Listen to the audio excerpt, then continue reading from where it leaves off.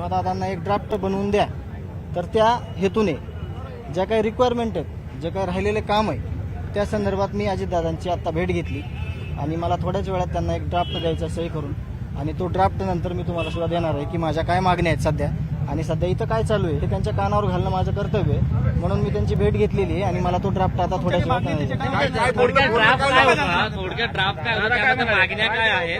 जे ड्राफ्ट आहे ते थोड्याच वेळात मी तुम्हाला देतो. परंतु तो ड्राफ्ट दादांनी सांगितलं की हे जे तुम्ही मागणी करताय, हे जे तुमचं मागणं आहे ते मी गांभीर्यपूर्वक घेऊन आणि आपल्याला ते रिझल्ट पण दिसतील, कारण का ते ड्राफ्ट तुमच्याकडे येणार आहे आणि एक एक गोष्ट झालेली तुम्हाला दिसणार आहे, मला पण दिसणार आहे आणि ती पूर्ण केल्याशिवाय आपण थांबणार नाही. आरोपींसोबत जेलमध्ये जे काय घटना घडल्यात तिथं नवीन आरोपी आले की त्याला शिफ्ट केलं जात आहे, जुने या खुनातले आरोपी तिथेच ठेवले जातात. तर त्या आरोपींच्या शिफ्टिंग संदर्भातली एक पहिली मागणी आहे.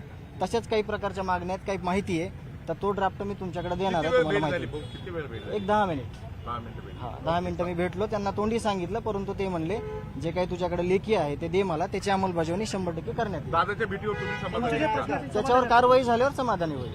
थँक्यू. धनंजय देशमुख हे उपमुख्यमंत्री अजित पवार यांना भेटायला गेलेले होते. सध्या बीडमधली काय परिस्थिती आहे, सरपंच संतोष देशमुख हत्या प्रकरणातलं अपडेट काय आहे, आरोपींबाबत जेलमध्ये काय घडतं आहे, कारवाई कुठपर्यंत आलेली आहे, या सगळ्या संदर्भात धनंजय देशमुखांच्या ज्या काही मागण्या आणि म्हणणं होतं ते मांडण्याकरता एक ड्राफ्ट आता अजित पवारांना लिहून दिला जाणार आहे.